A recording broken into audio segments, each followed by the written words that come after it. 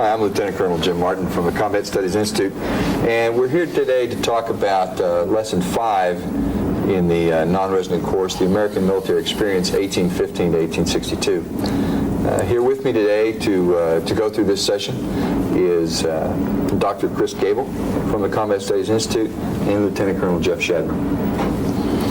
What we're going to do today is deal with the lesson as you're going to teach it, and try to deal with some ways that we approach this particular lesson. The first area I want to deal with is the Mexican-American War and its role in this time period. Chris, how do you approach the Mexican-American War when you teach this class? Well, a good thing to bear in mind is the lead-in that you can get from the Napoleonic Wars when you look at this conflict, because that was very much the inspiration in terms of commanders' vision of themselves on the battlefield. The tactics employed and the weapons technology was essentially unchanged from the Napoleonic period. Jeff? When I approach it, I try and approach it from a point of view of the personalities involved, leadership, what lessons you're going to learn, how you're going to try and solve problems. In the case of the United States, you're strategically on the offensive against what appears to be a superior foe, and how do you plan for that and how do you react to it? Yeah, I personally like to deal with this in pointing out what it isn't. Many of my students say, well, that was a training ground for the American Civil War. Well, while it was a leadership training ground, particularly for the junior officers, the R.E. Lees and the Grants, that people who would be leaders later on, it certainly wasn't an image of what would be the American Civil War. What were the size of the formations we were dealing with in the Mexican-American War? 8,000, 9,000 for each of those armies? And we dealt with much, much larger armies when we get to the American Civil War. So while, yeah, there are some things that you can take from the Mexican-American War and move it all over into the American Civil War, you also see what the gap was between 1848 and 1861 and how possibly unprepared people could be by 1861 to lead armies of 35 or 40,000 when we'd never seen that in their military experience. All right, so I think you can approach that not only what the war was, but what the war wasn't. Well, it certainly set up the expectations of a lot of people involved, and as you indicate, not very realistically. Mexican War, you're looking at a small, rather highly professional army. The technology obviously is going to change. There's a lot of things that a commander might expect that he knows about war in 1861 that's changed on him. What about casualties, Jeff? Do you think there's any, we see huge casualties by the time we hit the American Civil War, and we'll talk about how technology impacts on that. Do you think maybe that commanders expected casualties in the American Civil War at first to run like they did in the Mexican-American War? Relatively low. I think they expected that, but when you compare it to the Mexican-American War, I'm not sure the casualties are really that low. I think on a number of troops you had involved are actually relatively high, especially when you factor in disease and the potential for non-battle casualties. So I think they were fully prepared to have relatively large casualties on a per unit basis, although not the mass numbers that actually occurred.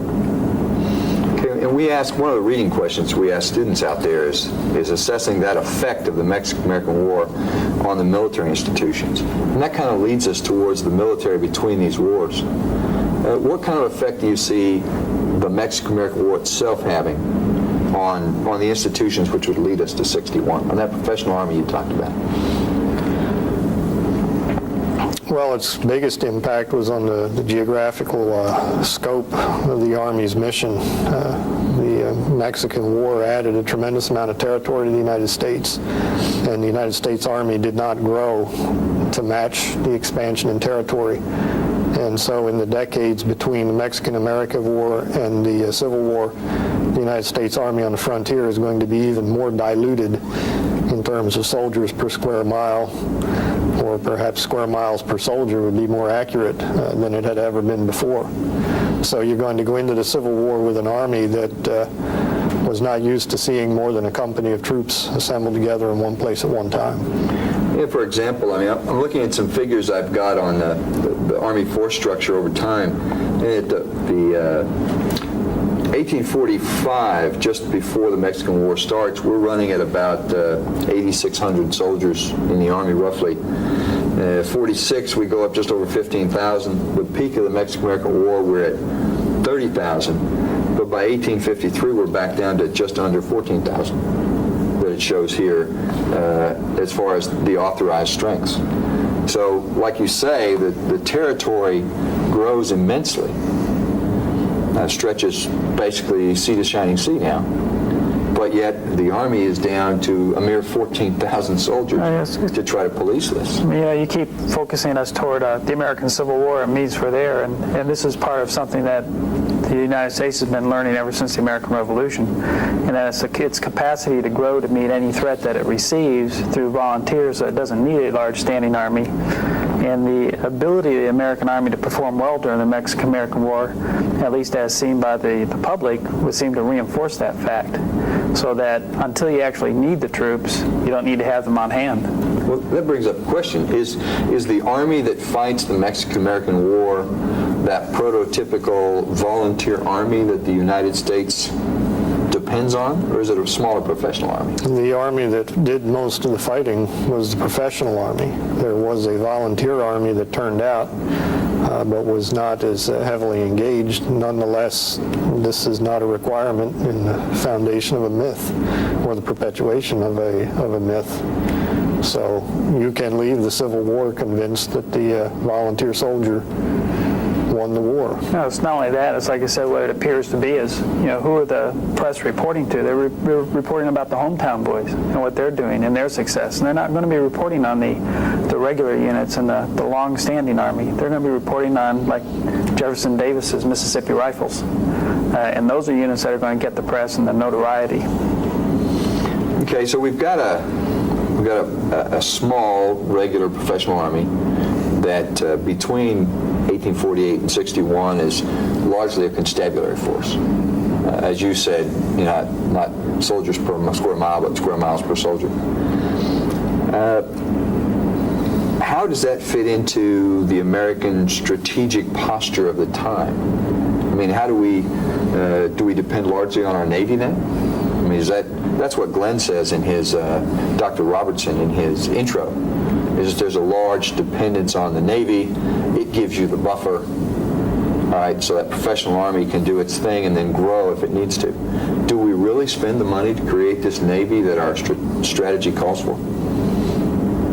Yeah, to the extent that our strategy was a commerce-based one, and then the military requirements to promote commerce around the world require showing the flag, maintaining a certain amount of safe harbors, and later coaling stations. And the Navy was adequate for that largely symbolic purpose. But the Army then as now was basically trying to find a mission for itself, in that it had the frontier and it had coastal defense, and beyond that there was not a great deal of pretense that we even needed an army.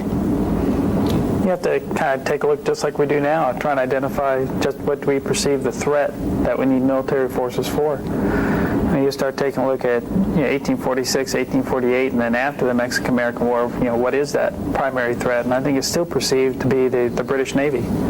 And just like Chris said, it's coastal defense is what's important. We're perceived as having a long enough coast, especially with the acquisition of new territory, that the British can't blockade it. So all you need is enough defense to keep from having your port seized by the British. And you do not need a large army to do that. What you need is fortifications, and you need to protect the key points of that seacoast, like the opening into the Chesapeake Bay, so that ships can get out and spread your commerce to the world. And as long as your commerce can still get out and not be stopped, you're not blockaded. Okay, so what we have with the military between the wars in this period, if I've got what you guys are talking about correctly, is we have a small regular army, 14, 15,000, somewhere in there, which does the constabulary work that's got to be done. We have a standing Navy to give us that commerce protection you talk about, to guard the approaches to the Chesapeake, along with coastal defense batteries? In fact, I think the Navy is still basically a commerce rating Navy, a little bit larger, but it's to place the pressure on the British and force them to consolidate their fleet. Isn't that its primary purpose between the wars? If there was a war. Yeah, if there would be a war. Day in, day out, its presence is a symbolic. But our fleet is not meant for fleet action. Okay, we're not looking for the blue water fight then. I mean, that's not really what we're looking for here. It's largely defensive in nature, dealing with our coastal waters. And then the backbone, I guess, of the ground force would have to be considered the militia structure that is behind that regular army. Is that accurate? Well, certainly in case of any significant threat to the nation it would be, but the militia as such has become a pretty ghostly presence, that it doesn't have much in the way of a real physical body behind it for most of the period that we're looking at here. So it's not like our National Guard today, where we have an organized entity out there. By and large, you had organized units that did turn out and drill, but they were as much ceremonial and social as anything, and there was really not that much in the way of a true implementation of the militia laws, which were still on the book. As I recall, there was only one state that actually maintained up-to-date militia rules, and I think it was Delaware. So there was not much of a physical embodiment of the militia, although certainly people still expected it to be the main line of defense in case of a war. So then, obviously, if they don't even have accurate roles and those sort of tools that we use today, I'm sure the weapons that were out there in militia units were certainly not up to date, and the newer technology that we're going to talk about here in a few minutes. So I guess we're talking, what, maybe still old flintlocks in some of them? Not even cap-firing weapons? Maybe it's worth remembering that until our own times, that is the last century and a half, military technology didn't tend to go obsolete very fast. That it was very common to finish a war, stockpile the weapons in an arsenal, and leave them there to the next war, and they were still perfectly good. And so when we look at people dealing with technological change, to us it looks like an easy thing to deal with mentally, but to them it was a rather startling phenomenon to have weapons that were only 10 or 20 years old being obsolete. Okay. Now, I'm not probably believe that, and you did ask Chris about what he thought about the backbone of the military, and well, the militia units themselves, I agree, were not as a pool of manpower. When you did need to ask for volunteers, they were a great place to start at. They had already that camaraderie built and the esprit among their unit members to get large numbers to be able to volunteer at one time, rather than trying to rely on straight volunteers out of the general population. So I do think, as far as a reliance, there was a reliance on the militia from that standpoint. Well, and I think you're obviously right based on the way we see the structure. With a mere 15,000 sitting there in the regular army, obviously someone had to be planning to use the militia as a backdrop there when they went through their assessments. They had to do very similar to us today, to look at requirements and then try to plan against it.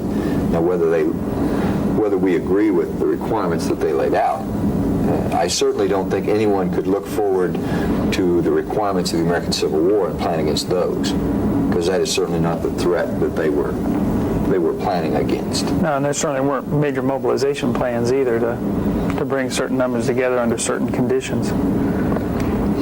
So how ready do we think the forces were for the war that would come in '61? I mean, how would you assess the readiness of the regular army, the militia, for what would come in 1861? Well, certainly in terms of the regular army, it was in no sense postured to fight a major war. With its small garrisons scattered all over the frontier and the seacoast, probably its greatest weakness was in the fact that at the time of the Civil War there were only a handful of serving officers who had ever commanded a unit larger than a regiment in the field.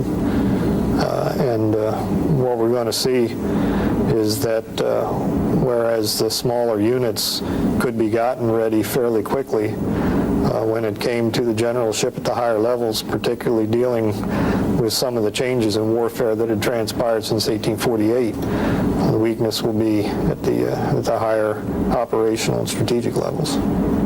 Jeff, what about you? How would you assess the readiness of the forces?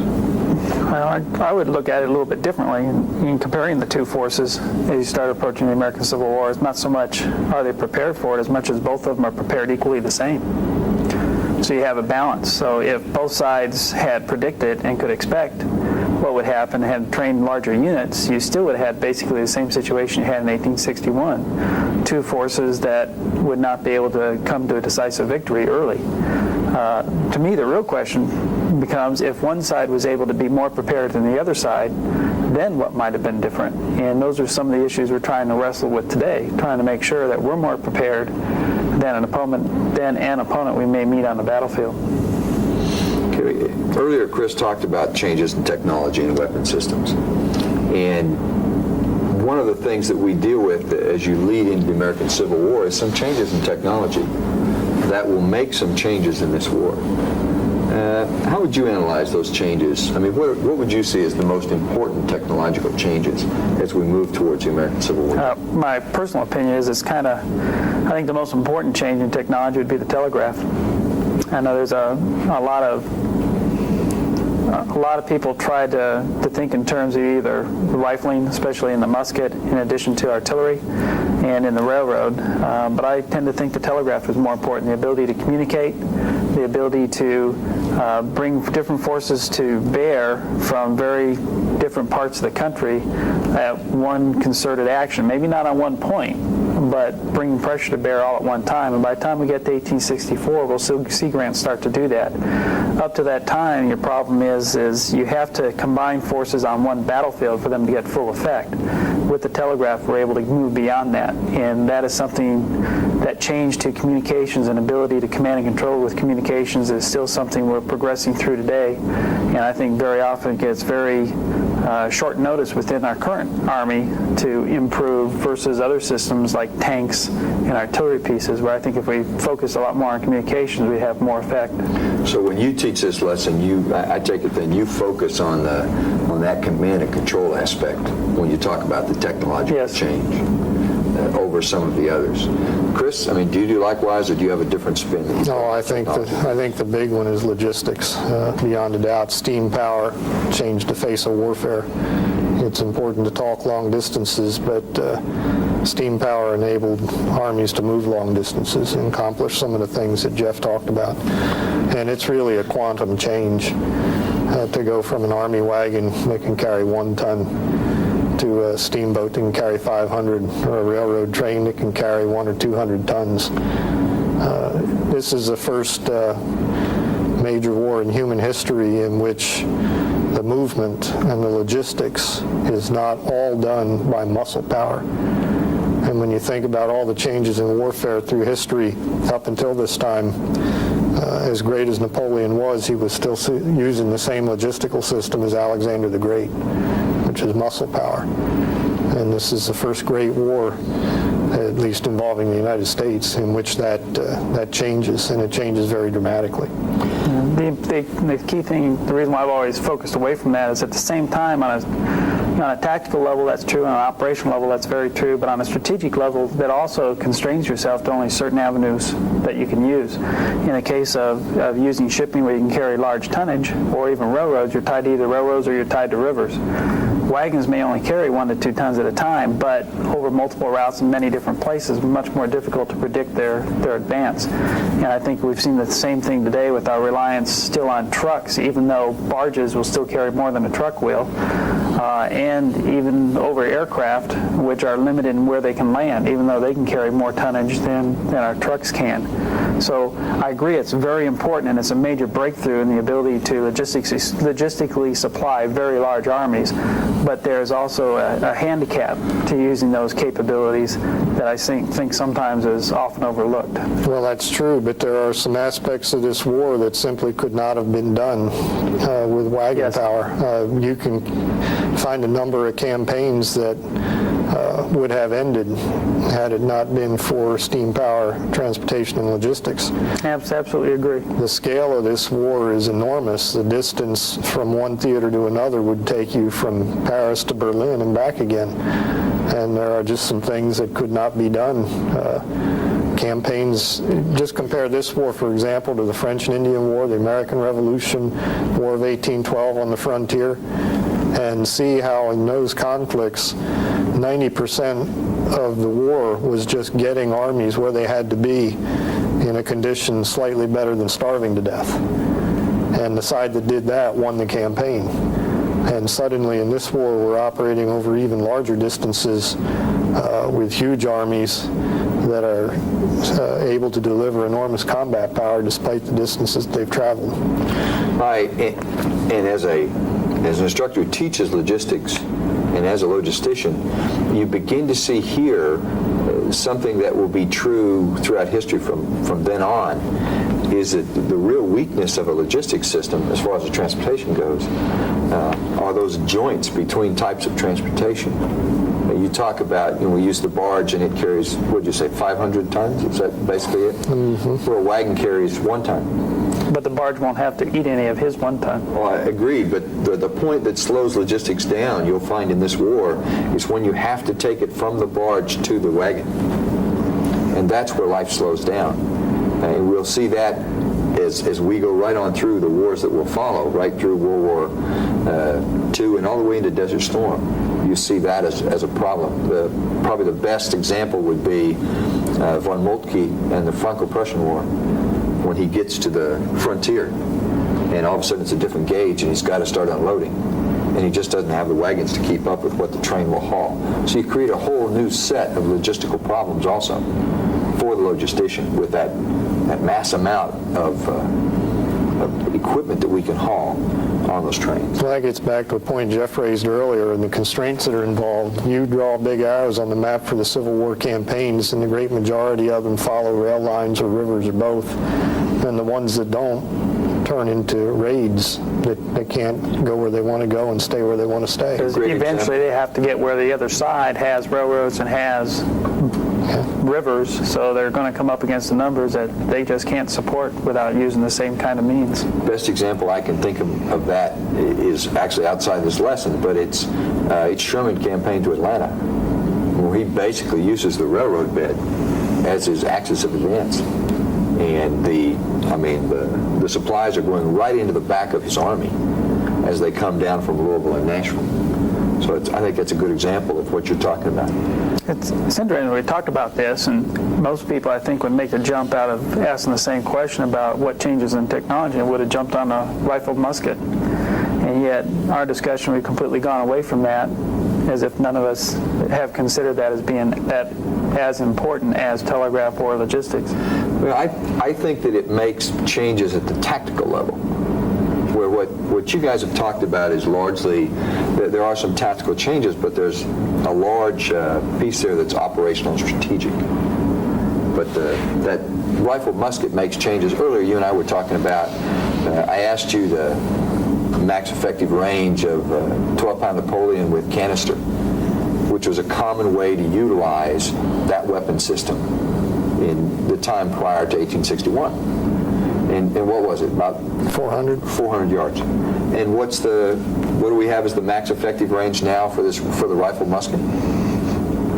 450, 480, somewhere in there. 1,000 maybe. So we begin to see the difference here, where when we hit First Bull Run in a few minutes, and we're on Henry House Hill, and they crank up a battery out in front of the Union forces, as they would in the normal tactical flow, to start firing canister into the Confederate forces, what happens to those two batteries? The people who man them cease to exist because of the ability of a rifled musket to take them out, which couldn't have happened earlier. I think that's a good way to approach it. The easy way to think of the rifled musket is that it's suddenly mowing down soldiers in huge numbers and rendering certain tactics impossible just because of the carnage involved.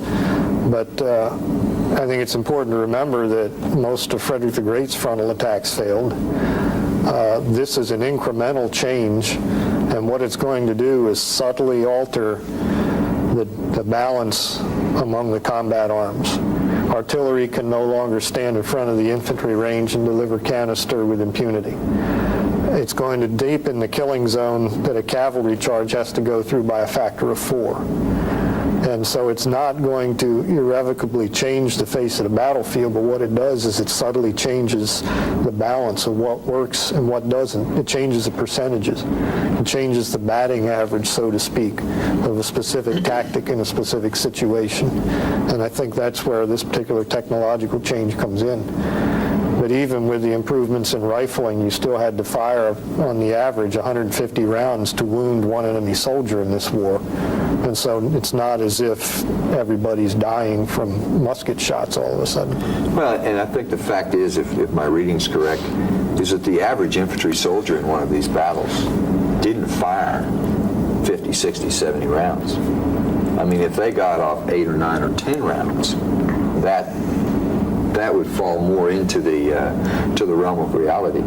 Looking at it from a logistician, I mean, we're still 50 or 60 years from a point in time where an infantry soldier can't carry enough with him, basic load of bullets, to keep him through a very extended period of time. Nothing like what we have today, where, you know, machine guns run out of ammo and you've got to have ammo bearers to continue to get it for them. That's not the kind of volume we're dealing with here.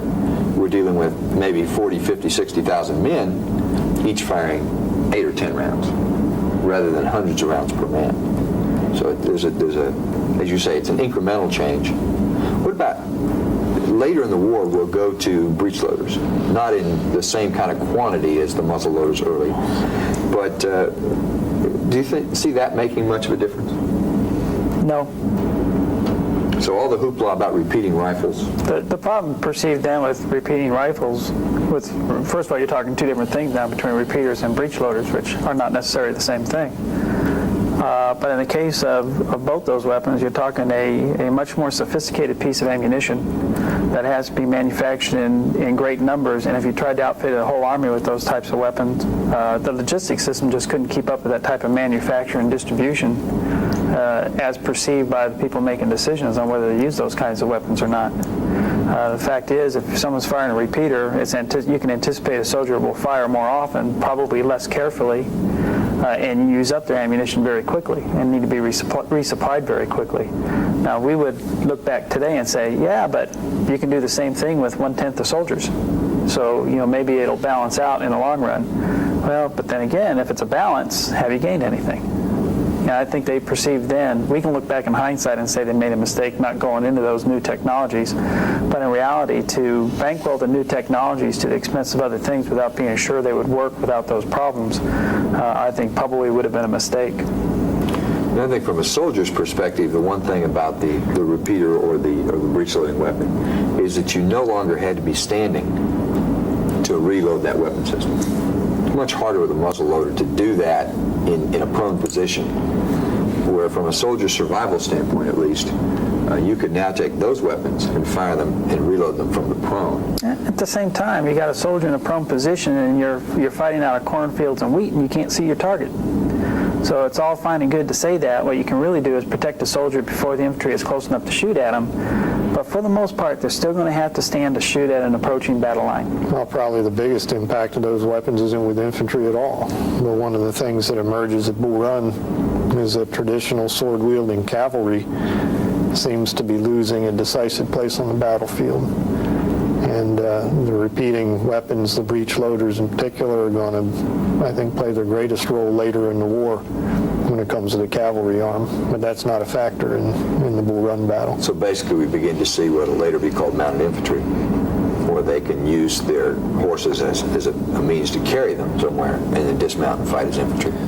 Bad as it might be to load a muzzle loader on the ground, doing it on a horseback is That's a major good point. problem. A lot of times we approach the American Civil War like it's a continuation of Napoleonic tactics. In the case of cavalry, that would mean a shock arm.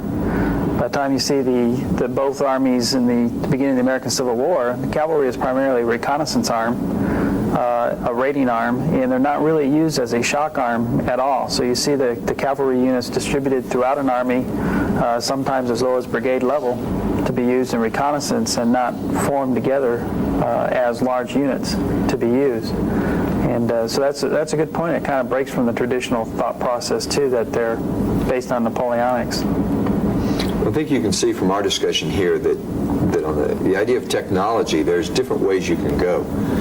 But I think the three key elements that you probably want to deal with is communications, command and control, like Jeff talked about, is logistics, which largely here the technological change is in the steam engine, the rail, the boat, that area, and then in the weapon systems, the muzzle, the rifle muzzle loader specifically. And I don't know if everyone out there really knows what the difference is in that between the smoothbore weapon and the rifled musket. I mean, the basic difference is with and correct me if I get off here, but with a smoothbore weapon, because of the way that black powder fouls a bore, you end up using a ball that is much smaller, somewhat smaller than the bore itself is.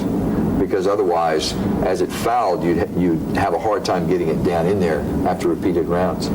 So really, this thing is being fired. There are no grooves in that barrel. It's smoothbore.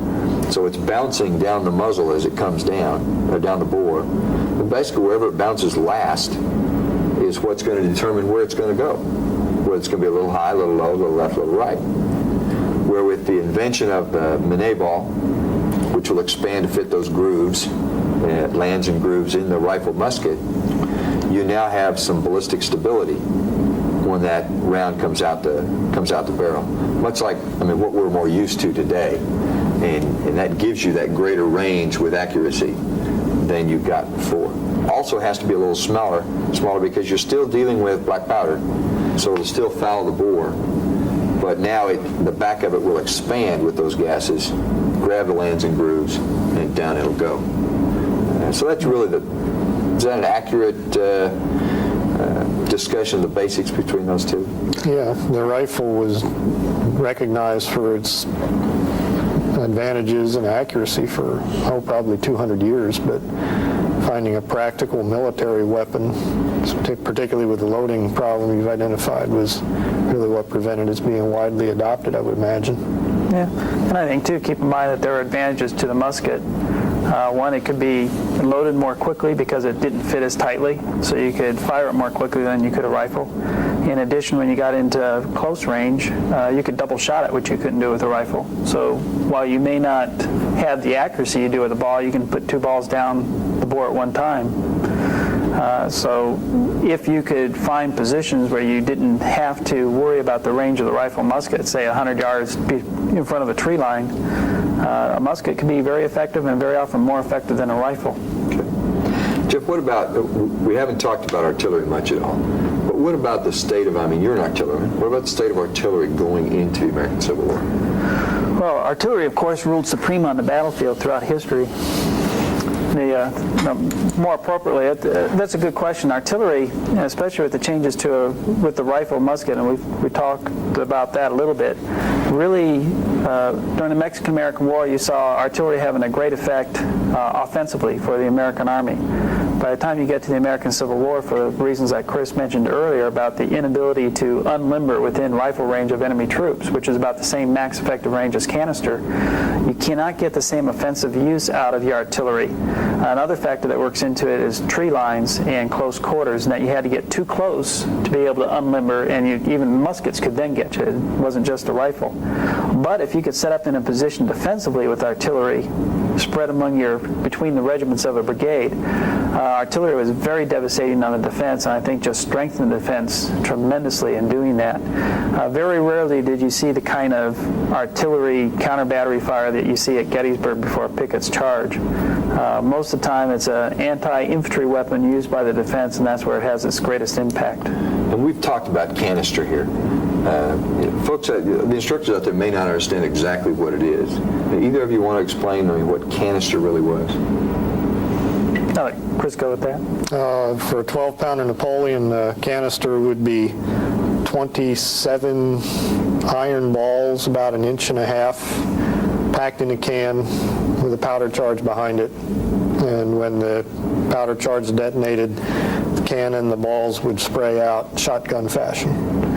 Short maximum range, but terribly effective against massed infantry.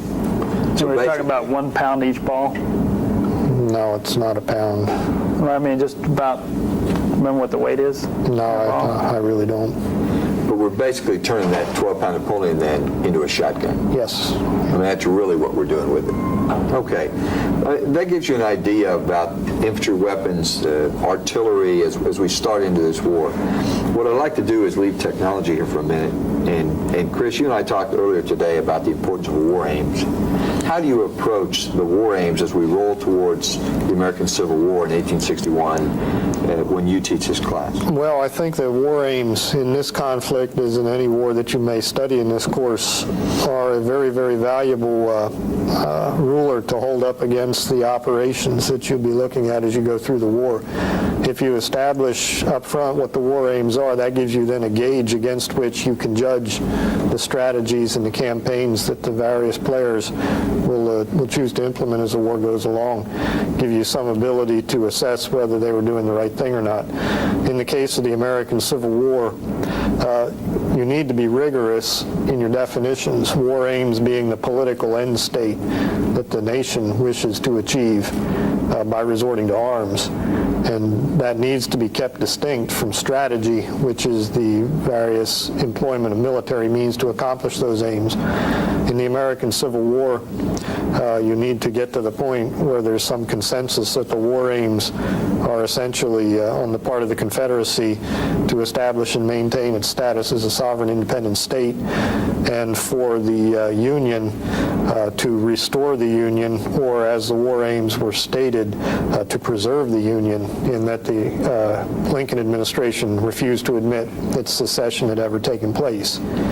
So if you take these two war aims, you can then go through the remainder of this conflict, and every time you come to a campaign, an operational concept, you can hold that up against this war aim and ask your students whether this particular campaign plan will take you towards your war aim or not.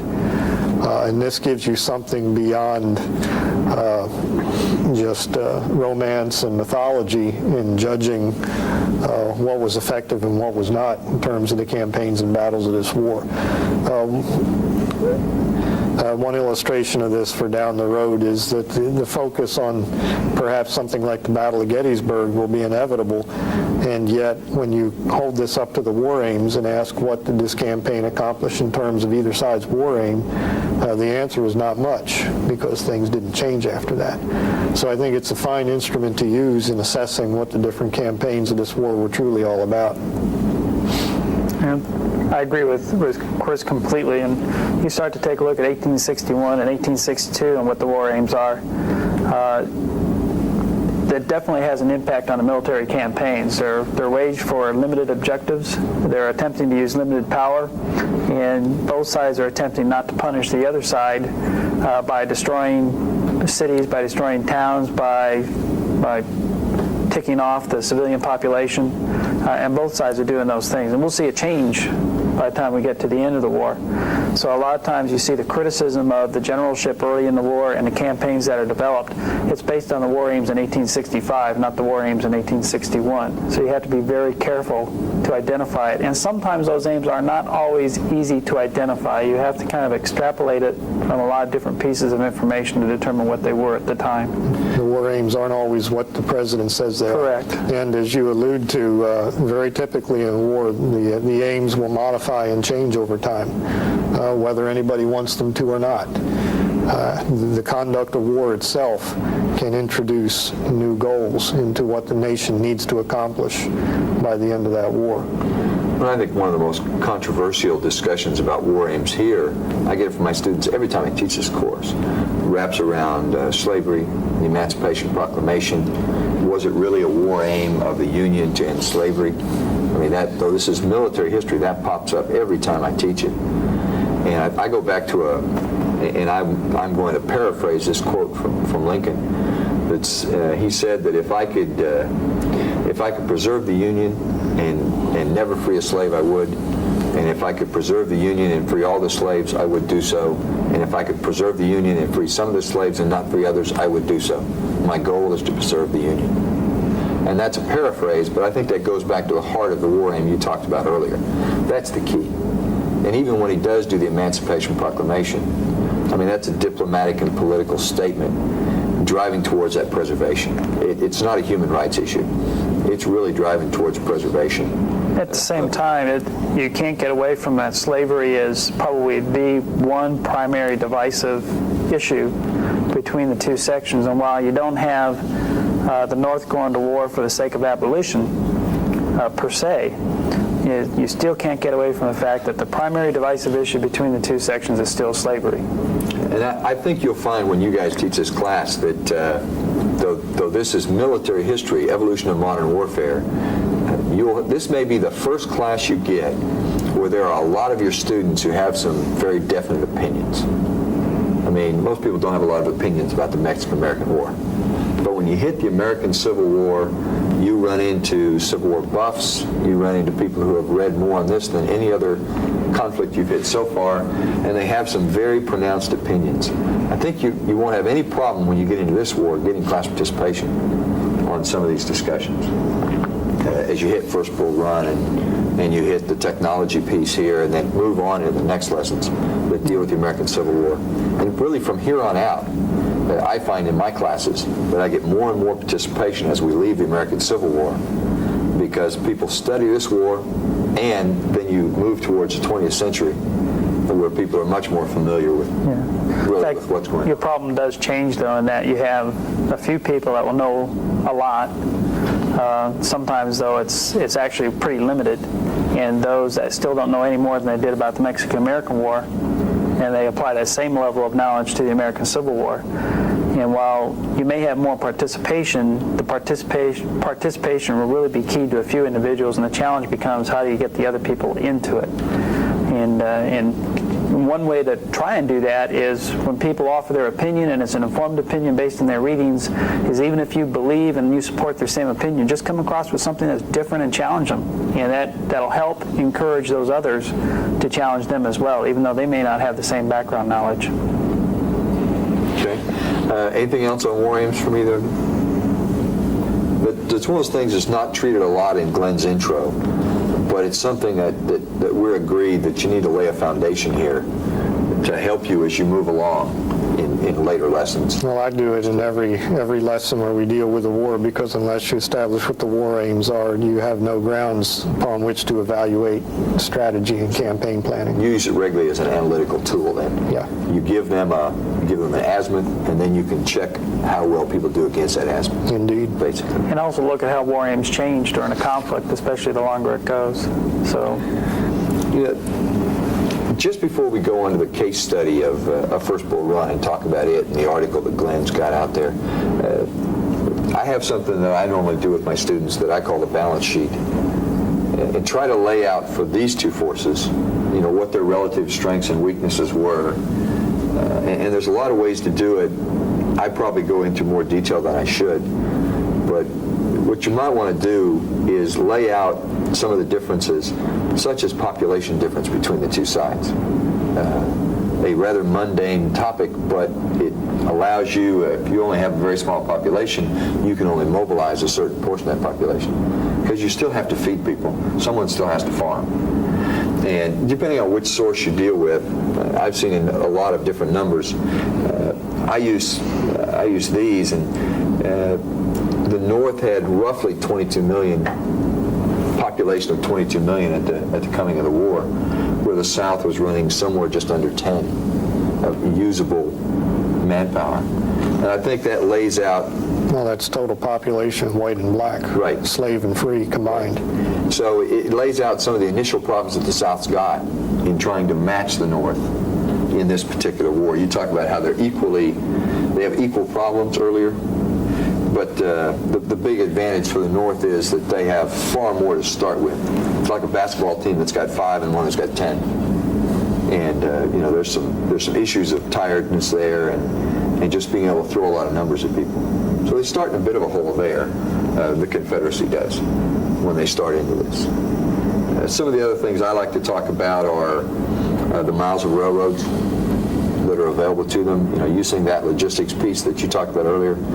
The sheer mileage that's out there in the north, because of its economy and the way it worked, much more railroad mileage was built there than there was in the south. The agricultural economy of the south didn't dwell on industry, therefore didn't have near as much rail. Some of those sort of things, square miles. Actually, the Confederacy in many ways is bigger for square mileage than is the Union. And then I look at a couple other things. I go into horses and mules, which again, though we've got steam, you've still got to take things by wagon to most armies. And the Union will have a tremendous advantage in horses. I think part of that is keeping Missouri and Kentucky nominally on the Union side in the war. Those are two, places that you can get considerable horseflesh. But I think that sometimes it can be helpful in doing that kind of a balance sheet, just a very quick balance sheet look at what each side starts the war with, because it has something to do with the strategy that is translated from those military aims. Because if you only have X amount to deal with, there are some things you can do and some things you cannot do.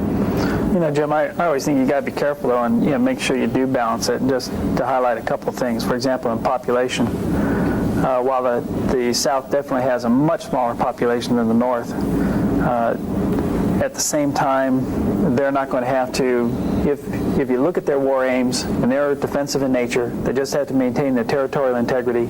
As the North advances, they need to use more troops to maintain their lines of communications, so that strips away from combat power from the front. That's just talking about mobilized manpower.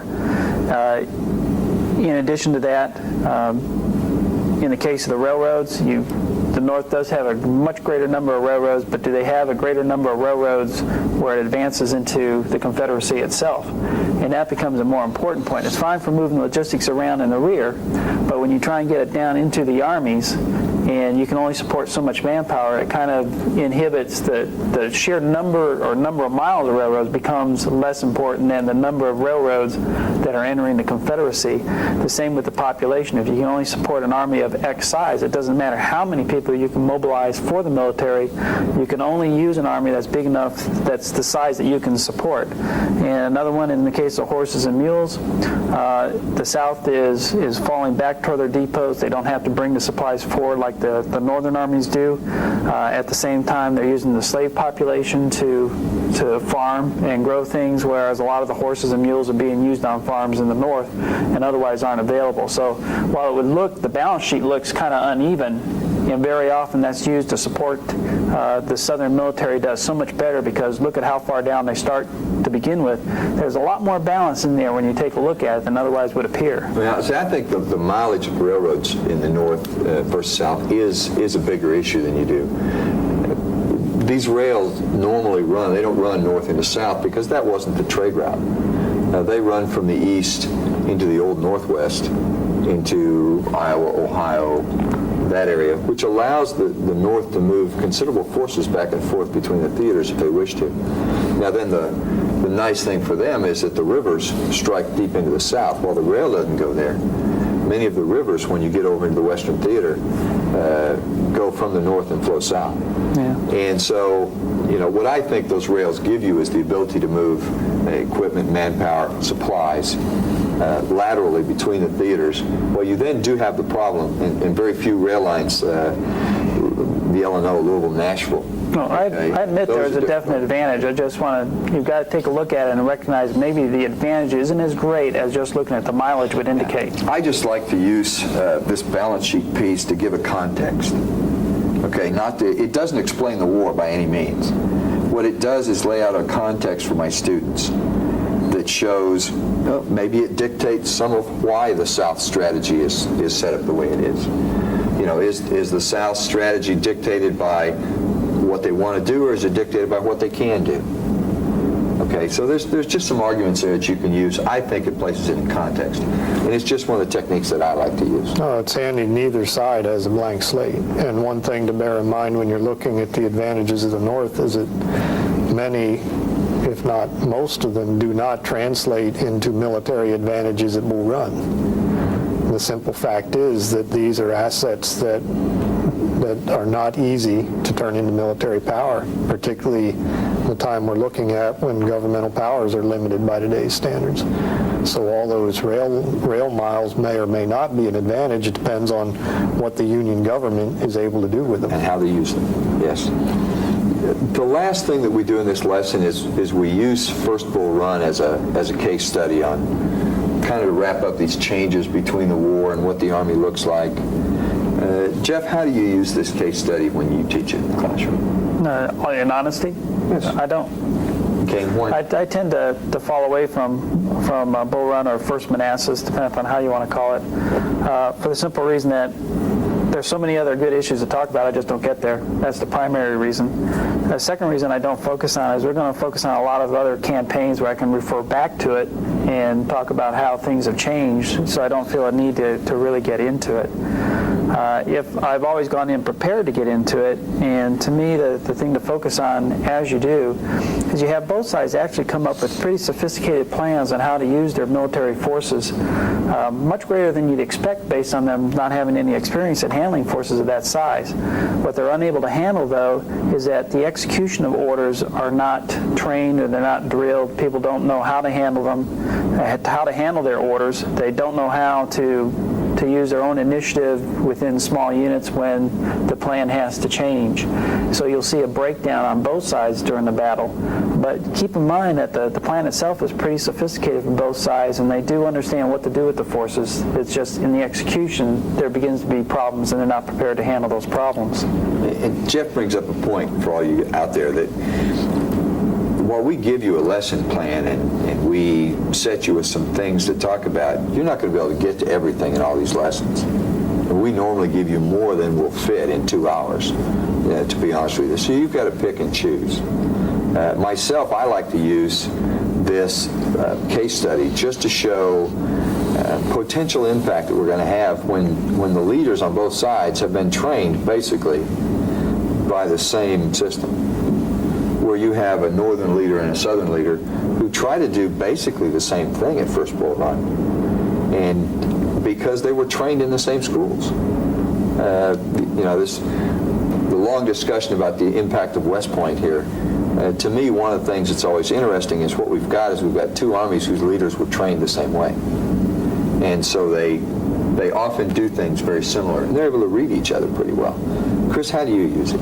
Well, it illustrates so many of the things that we've touched upon. You can simply pull pieces and parts out of this campaign, as we've been doing as we've gone through our discussion here this afternoon, to illustrate tactics, technology, logistics. Many of the things play out here, including one might inquire as to what this does in terms of the war aims of the participants. Does this campaign make a great deal of sense?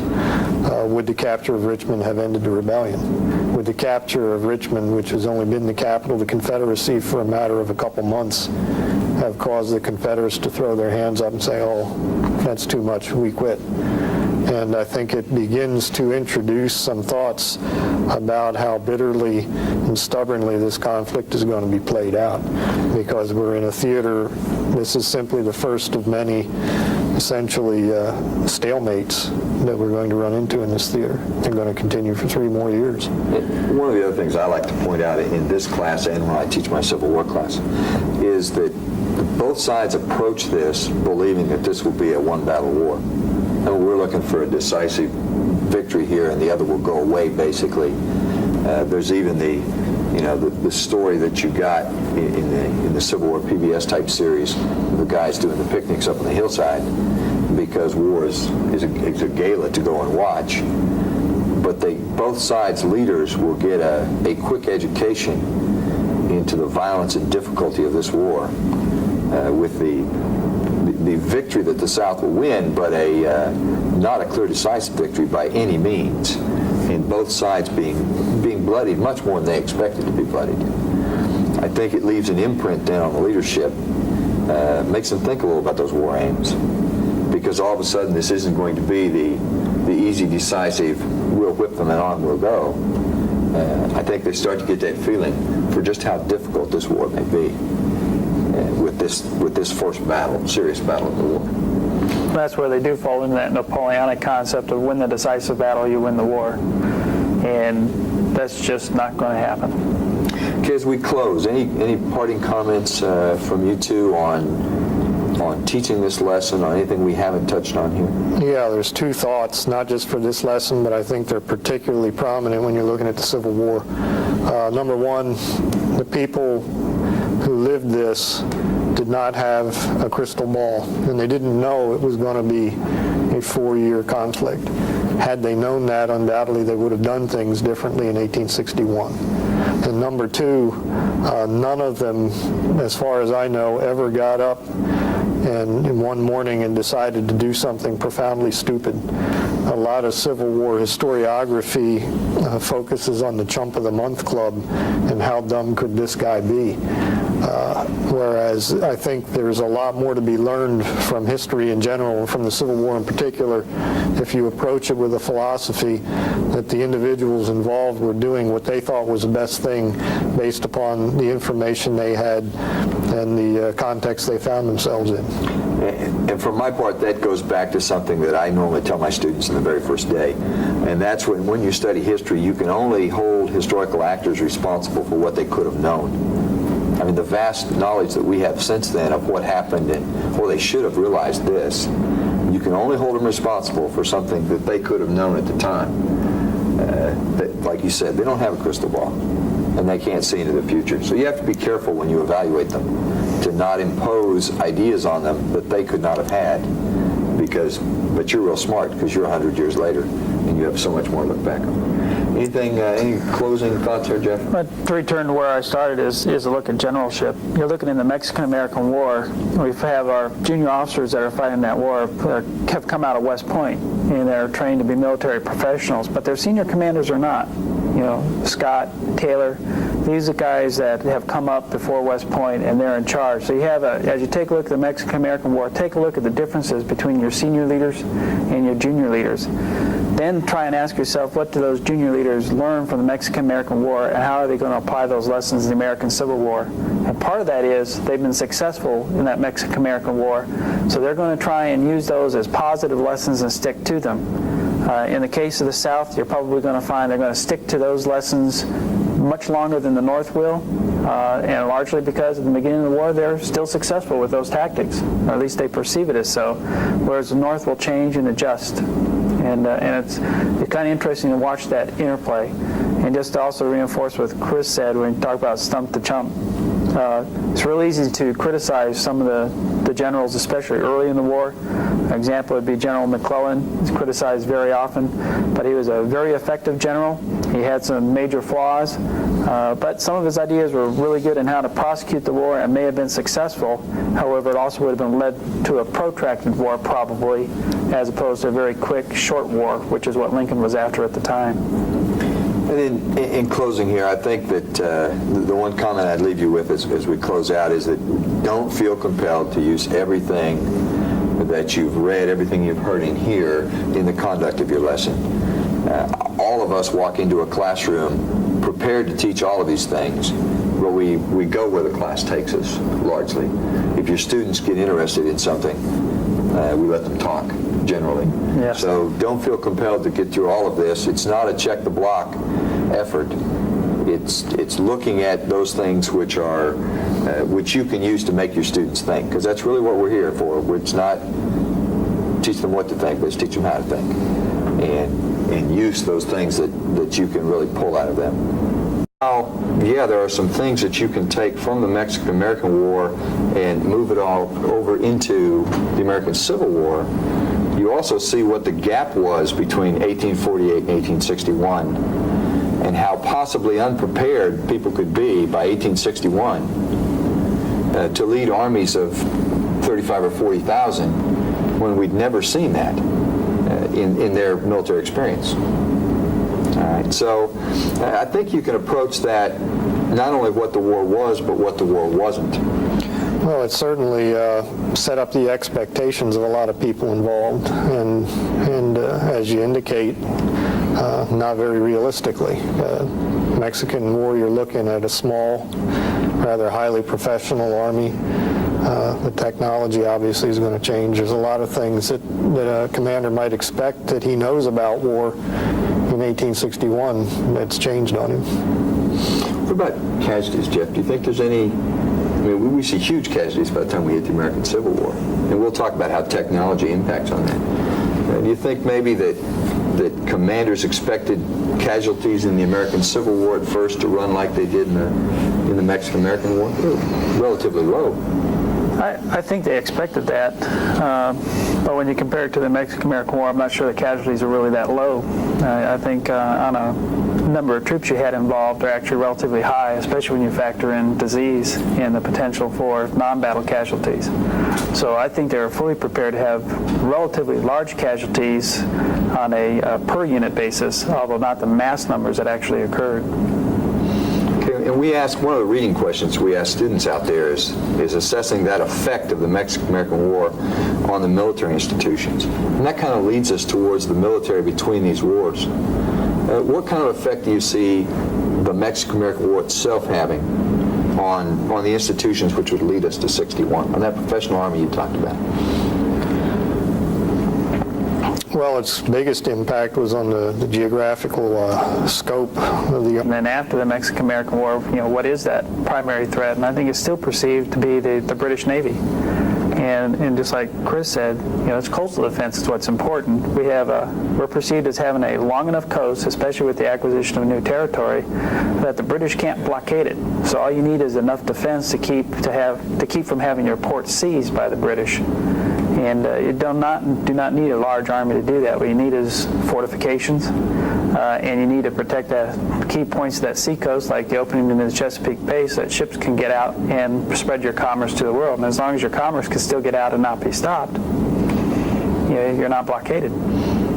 Okay, so what we have with the military between the wars in this period, if I've got what you guys are talking about correctly, is we have a small regular army, 14, 15,000, somewhere in there, which does the constabulary work that's got to be done. We have a standing Navy to give us that commerce protection you talk about, to guard the approaches to the Chesapeake, along with coastal defense batteries. In fact, I think the Navy is still basically a commerce rating Navy, a little bit larger, but it's to place the pressure on the British and force them to consolidate their fleet. Isn't that its primary purpose between the wars? Yeah, if there was a war. Yeah, if there would be a war. Day in, day out, its presence is a symbolic. But our fleet is not meant for fleet action. Okay, we're not looking for the blue water fight then. I mean, that's not really what we're looking for here. It's largely defensive in nature, dealing with our coastal waters. And then the backbone, I guess, of the ground force would have to be considered the militia structure that is behind that regular army. Is that accurate? Well, certainly in case of any significant threat to the nation it would be, but the militia as such has become a pretty ghostly presence, that it doesn't have much in the way of a real physical body behind it for most of the period that we're looking at here. So nonetheless, this is not a requirement in the foundation of a myth or the perpetuation of a myth. So you can leave the Civil War convinced that the volunteer soldier won the war. No, it's not only that. It's like I said, what it appears to be is, who are the press reporting to? They're reporting about the hometown boys and what they're doing and their success. And they're not going to be reporting on the regular units and the long-standing army. They're going to be reporting on, like, Jefferson Davis's Mississippi Rifles. And those are units that are going to get the press and the notoriety. Okay, so we've got a small, regular professional army that between 1848 and 61 is largely a constabulary force. As you said, not soldiers per square mile, but square miles per soldier. How does that fit into the American strategic posture of the time? I mean, how do we depend largely on our Navy then? I mean, that's what Glenn says in his, Dr. Robertson in his intro, is there's a large dependence on the Navy. It gives you the buffer. all right, so that professional Army can do its thing and then grow if it needs to. Do we really spend the money to create this Navy that our strategy calls for? Yeah, to the extent that our strategy was a commerce-based one, and then the military requirements to promote commerce around the world require showing the flag, maintaining a certain amount of safe harbors, and later coaling stations. And the Navy was adequate for that largely symbolic purpose. But the Army then as now was basically trying to find a mission for itself, in that it had the frontier and it had coastal defense, and beyond that there was not a great deal of pretense that we even needed an Army. You have to kind of take a look just like we do now, try and identify just what we perceive the threat that we need military forces for. And you start taking a look at 1846, 1848. Army's mission, the Mexican War added a tremendous amount of territory to the United States, and the United States Army did not grow to match the expansion in territory. And so in the decades between the Mexican-American War and the Civil War, the United States Army on the frontier is going to be even more diluted in terms of soldiers per square mile, or perhaps square miles per soldier would be more accurate than it had ever been before. So you're going to go into the Civil War with an army that was not used to seeing more than a company of troops assembled together in one place at one time. Yeah, for example, I mean, I'm looking at some figures I've got on the Army force structure over time. And at the 1845, just before the Mexican War starts, we're running at about 8,600 soldiers in the Army, roughly. 46, we go up just over 15,000. The peak of the Mexican-American War, we're at 30,000. But by 1853, we're back down to just under 14,000 that it shows here as far as the authorized strengths. So, like you say, the territory grows immensely.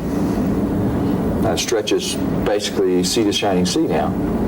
But yet the Army is down to a mere 14,000 soldiers to try to police this. You keep focusing us toward the American Civil War and needs for there, and this is part of something that the United States has been learning ever since the American Revolution, and that it's its capacity to grow to meet any threat that it receives through volunteers, so it doesn't need a large standing army. And the ability of the American Army to perform well during the Mexican-American War, at least as seen by the public, would seem to reinforce that fact. So that until you actually need the troops, you don't need to have them on hand. Well, that brings up a question. Is the Army that fights the Mexican-American War that prototypical volunteer Army that the United States depends on, or is it a smaller professional Army? The Army that did most of the fighting was the professional Army. There was a volunteer Army that turned out, but was not as heavily engaged.